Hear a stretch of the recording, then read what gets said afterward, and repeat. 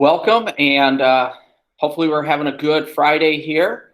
Um, Perhaps put into the chat, maybe a takeaway from your advisory or just how things are going for you today. Be great to know. Um, we will continue with our study of the social movements today, and so I'll take probably about 15 minutes here, and then I'll give you some time to work on completing this task, which is due today, the social movements. And so up to now, you have been analyzing either the women's movement or the feminist movement or the Hispanic American movement, or more appropriately referring to it as the Latinx movement. All right, does anyone have any thoughts or questions or concerns before we actually dig in and start? Again, feel free to put that into the chat or unmute. I'm going to show a couple media clips here, and together they're probably about 6 minutes. And so one of them is going to deal with the women's movement and maybe some of the concerns with it, among the different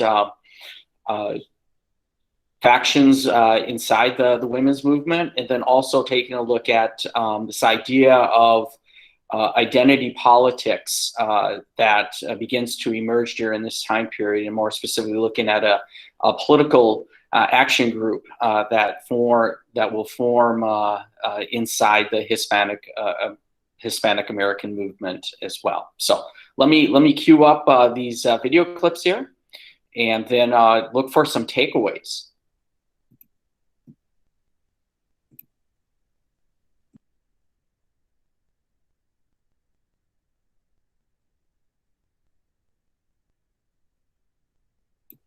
And so again, this first one is going to deal with the feminist movement.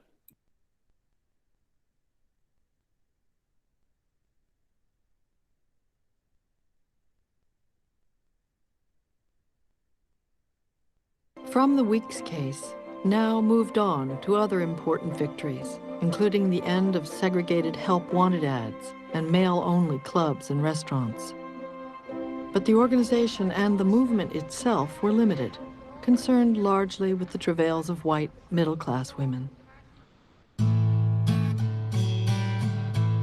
Black women were initially perplexed about how they should respond to the women's movement. Its first face was a white face. They associated white women with white men. That meant white privilege. How are we to respond? I think feminism was perceived to be white women's work, not black women's work. And I think feminism was perceived to be something you needed to stay away from because it wasn't going to help the African-American community. For most black women, the preoccupations of middle-class white women seemed a world away. Here we were, we who were black women, unable to raise our families if two people didn't get out and work. And what you have among white people are women who have the leisure to sit at home. What do we have in common with those people? By the waters of Babylon, where we sat down. For years, black women had been lending their energy to the civil rights movement, excelling as organizers and occasionally assuming highly public leadership roles. Now is the time to be aware of what's going on in the state of Mississippi. I remember the day that I realized that I could be a principal in my own life. And that was really a revolutionary thought. Many college-age white women flocked south to join the struggle, where they were inspired by the example of their black sisters. My first employment in the civil rights movement had me working for a black woman. She was not only the first black woman I'd ever had as a boss, she was the first woman I'd ever had as a boss. It was the beginning of my own emancipation. Radicalized by their experiences in civil rights, these younger women began to look at their own lives differently. We were talking about freedom and equality, and some of the women who were in the civil rights movement started applying the principles to themselves as women. Women could not fail but make the comparison with race and understand that just as there needed to be a racial liberation movement, there needed to be a women's liberation movement. Whenever one person stands up and says, "Minute, this is wrong," it helps other people to do the same.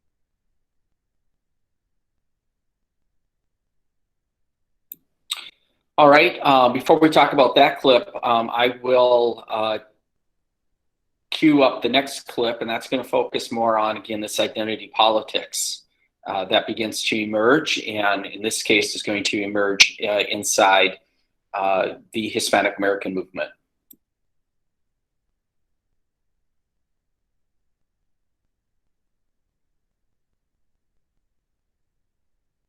Organized, especially to begin to identify Mexican American candidates who would represent East Austin in local politics. The political activity, by the way, led to some of those folks then becoming very active in the Raza Unida party that Jose Angel Gutierrez and others were starting around the state of Texas. But there was local Raza Unida participation in that too.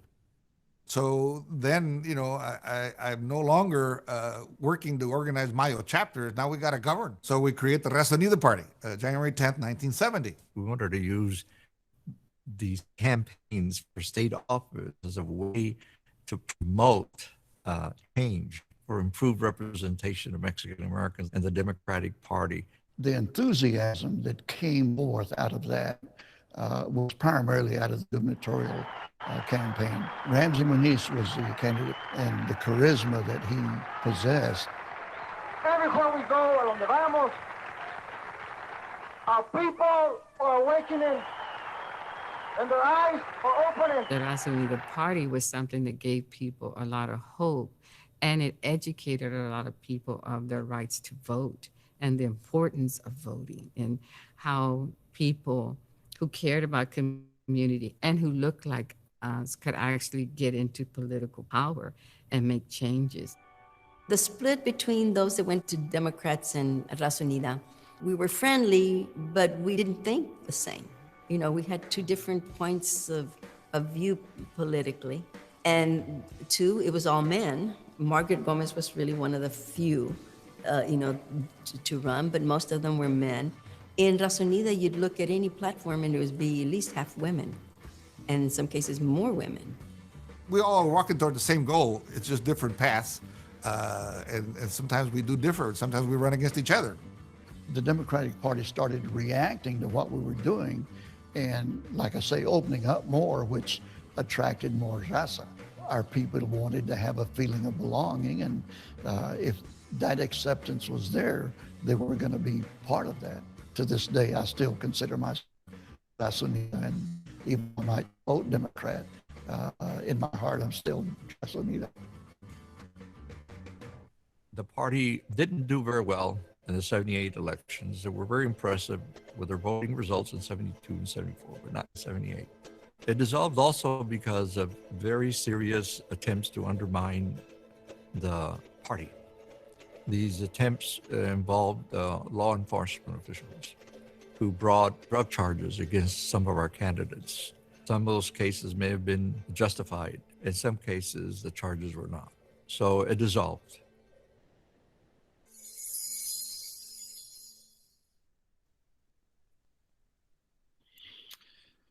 Okay, so you had a couple video clips here.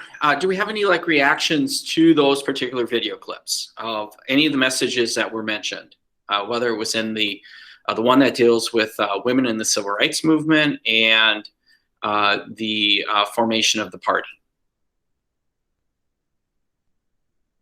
Feel free to put into the chat, or you can put it or unmute. What kind of reactions may we have?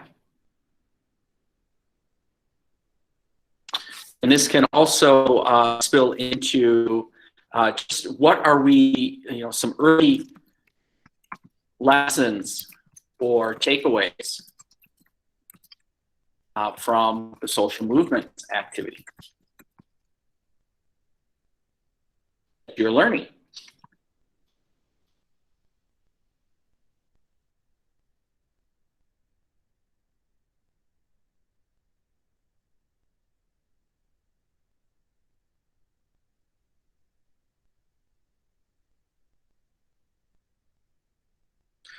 That's a really good point that was brought up, that they should have stayed away from the feminist movement. And what possibly is, why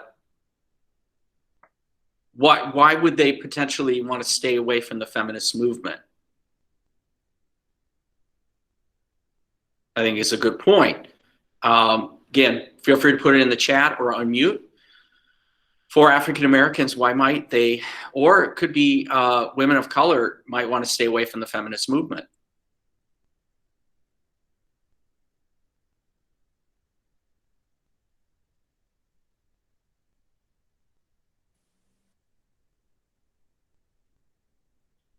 Yes, that's a valid point that was brought up as well, in that it might have been geared towards white women. So again, when we look at movements in general and who is leading the movements, who are the early leaders, tend to, some cases, establish what we call the narrative of the movement. And so if you have other views and you want to get them somehow infused into it, it might be difficult to do. And so you either continue to stay within the organization and trying to get your views known, or simply splinter off and create your own movement. And you'll tend to see that in, that's a constant, one could say a constant thread. I always like to bring up threads and all that stuff. You can see that in these different movements. You have, like I said at the beginning, this big umbrella of the civil rights movement, or we want to talk about social movements in general. And then in order for one's voices and views to be heard and led by individuals who may look like you, you splinter off. And so we can see that in the 1960s, the splintering of these various movements. You do have the feminist movement, and then you got some elements of that breaking off. You have the Latinx movement and different strands going off on it, because issues might be different, as we find in the Latinx movement. You have the farm workers, but then you might also have the youth movements voices, and you have the politicized voices, and regional issues might play a part there as well. Even inside the civil rights movement, the emergence of Black activism and militancy, breaking away from those who are sticking with the message of civil disobedience and nonviolence. You see that. You see elderly creating their own movement, the disabled Americans, the gay liberation movement. And so you have all these different splintering groups here. So sorry, I apologize. I've kind of went off a little bit on a tangent there. Other types of takeaways, either from those video clips or things that you have picked up about your group that you're focusing on. I'd like to see if we can get one more thought.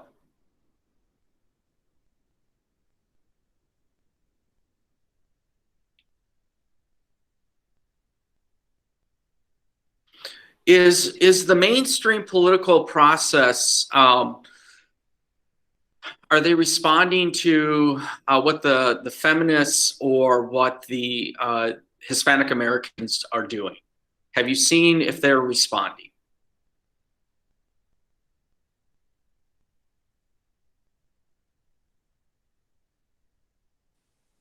In comparison to past events, yes, a lot more than they have before this situation.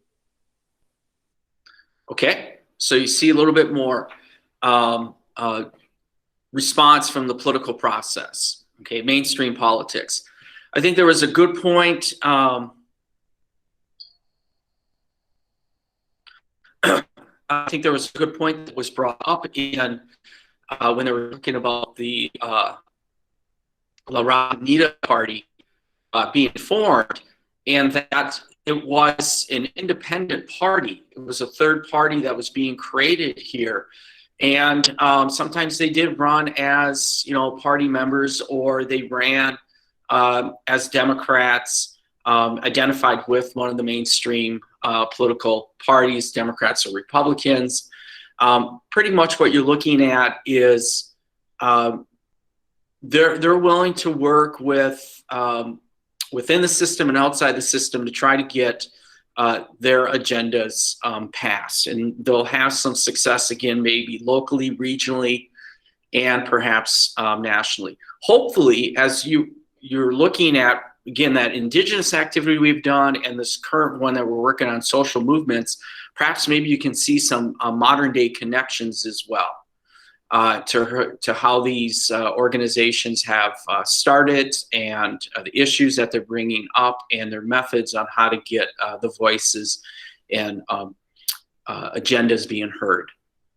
All right, so with that, does anyone have any questions or concerns, remaining questions or concerns?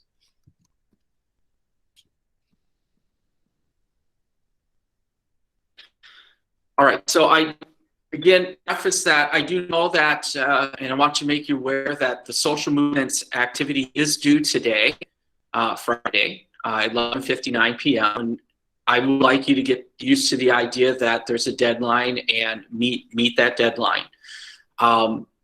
Knowing that we are going into the weekend as well. So if you do need, is that Friday a firm deadline? It's kind of a loose deadline. But do want you to get into the habits, though, of meeting these deadlines, because you know that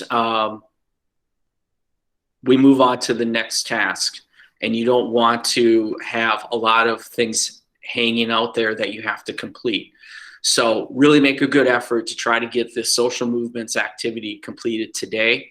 When they do come in, you know, I will correct them and I will update the grade book as they are coming in. So periodically over the weekend, I'll keep updating it. And I have updated the grade book. It is fairly current. And so it does reflect the indigenous activity that have been completed. So with that, if we do not have any questions or concerns, I hope that you have a wonderful weekend. Get outside and enjoy it. And so you are free to go, and have a great day and a great week.